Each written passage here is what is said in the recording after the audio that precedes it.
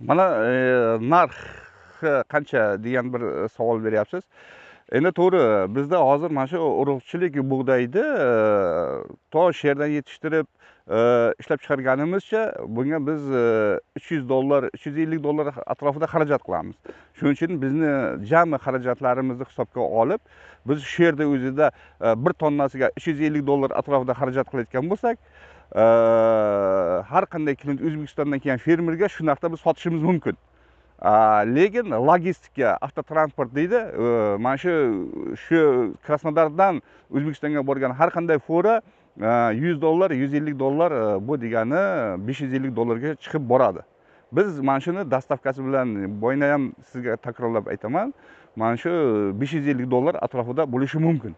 Lekin O'zbekistonda ayrim boyna ham aytdim, o'sha tadbirkor deymizmi yoki bo'lmasam bir olib sotarmi yo bir kompaniyani rahbarlari kelyaptidagi narxni sun'iy ravishda oshirish. Masalan, O'zbekistonga olib borib berganimizcha aytaylik, $550, $600 bo'layotgan bo'lsa, ular xohlaysizmi, xohlamaysizmi narxni o'ta darajada keskin bir barobar, ikki barobar oshirib beryaptidan o'sha fermerlarga majburdan sotish imkoniyatlari bor. Ular sotish majburlayapti ham.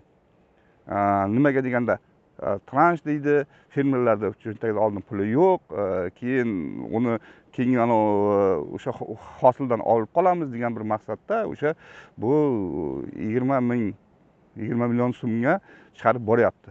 Shuning uchun bu bug'doyning asosiy narxi O'zbekistonga borib tushganicha $550 yo $600 bo'lishi mumkin.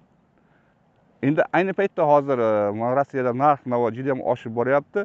1 millionga yaqin gektarni masalan asosiy qismini sovurib ketgan, ma'lum bir qismini suv bosgan.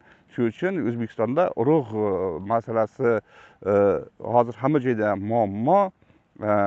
Biz O'zbekistonga eksport qilishimiz kamroq bo'lishi mumkin, lekin narx-navo o'sib borishi kutilyapti. Shuning uchun men demoqchimanki, bu yangi urug' bo'lsa, arzon narxda mana kelingizlar, olingizlar.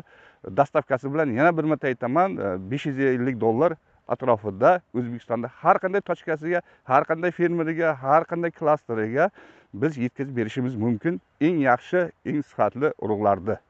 Marhamat, mana bizni pollarimizni uni ko'rib turibsiz. Asosan mana shu yerga yana aytaman, eng yaxshi urug'larni ekkanmiz, super elita. Biz bu urug'larga to'liq garantiyasini beramiz. Marhamat, olingizlar. Mana bizning yerimiz